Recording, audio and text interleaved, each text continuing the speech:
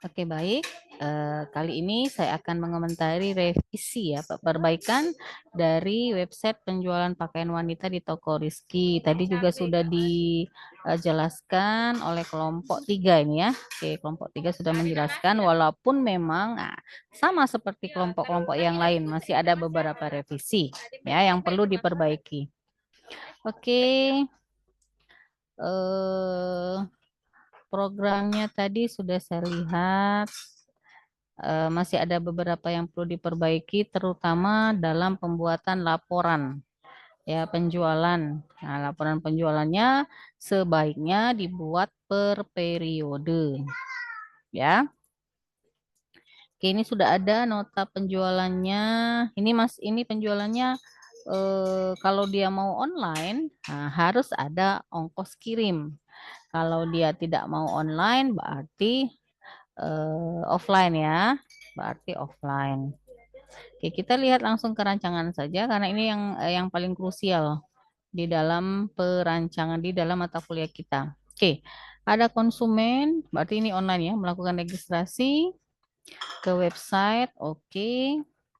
Kemudian ada terminator atau external entity pemilik dan admin. Kita lihat satu-satu. Untuk konsumen, selain dia bisa registrasi, bukan registrasi namanya, tetapi mungkin dia memberikan data konsumen. Jadi registrasi dengan data konsumen bisa digabung menjadi satu saja.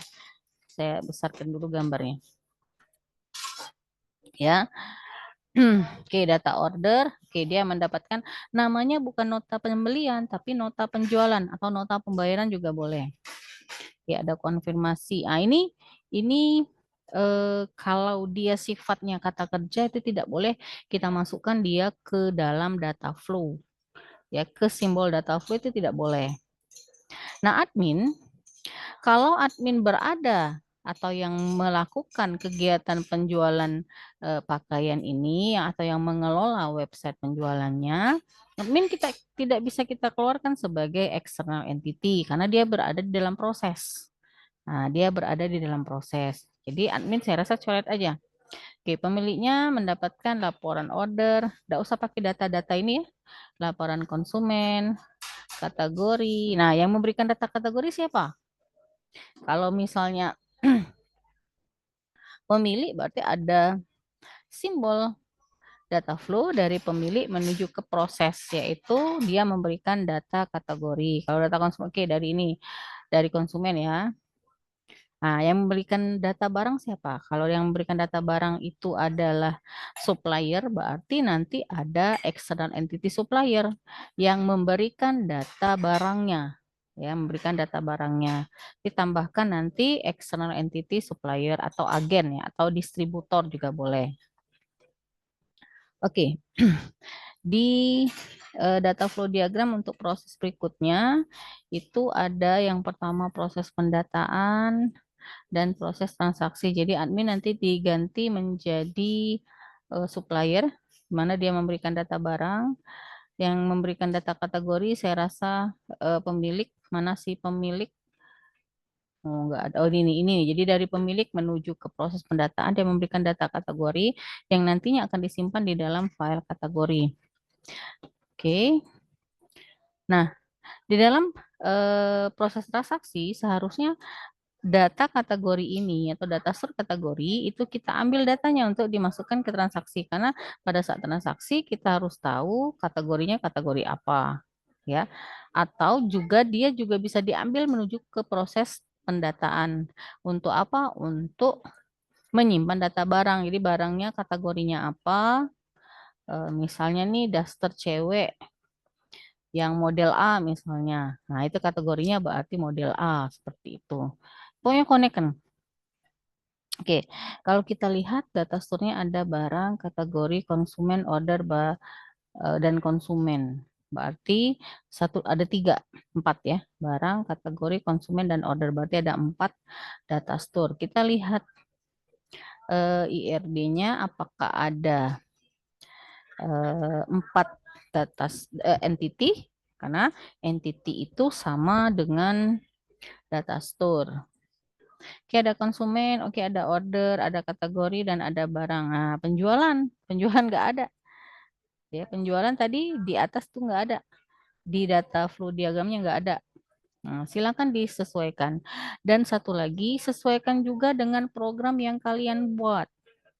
Kalau di MySQL-nya tabelnya ada 10, berarti di sini juga minimal, bisa lebih ya, kalau dia ada tabel bentukan minimal ada 10 entity. Atau ada 10 data store yang ada di data flow diagram. Nah, seperti itu. Ya.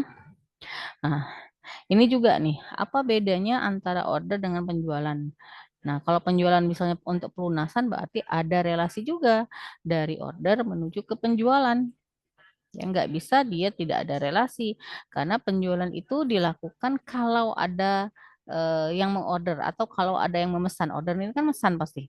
Nah, gitu ya. Kalau ada yang memesan. Nah, untuk mengeluarkan nota penjualan itu kan berasal dari entitas penjualan. Pasti juga ada relasi dengan si konsumen. Karena konsumen akan diberikan mungkin konfirmasi pembayarannya. Nah, di sini konsumen menuju ke penjualan itu pasti ada relasinya. Jadi sesuaikan saja. Oke, kita lihat berikutnya adalah desain tabel, order tabelnya, barang, kemudian kategori dan penjualan. Nah, ini ada 5 ya. Di data store di data flow diagram ada 4. Oke, ini tampilannya ya hasil ya ini ya. Hasil dari program yang dibuat. Programnya juga jangan lupa harus bisa menambah data. Menambah data barang. Jadi kalau misalnya ada orang mau beli barang lebih dari satu, nah di programnya juga harus bisa mengakomodir penjualan tersebut. Tadi juga saya lihat walaupun ada beberapa revisi yang perlu kelompok ini, kelompok 3 ya, kelompok 3 tuh revisi. Silakan diperbaiki. Itu saja komentar dari Ibu. Silakan diperbaiki.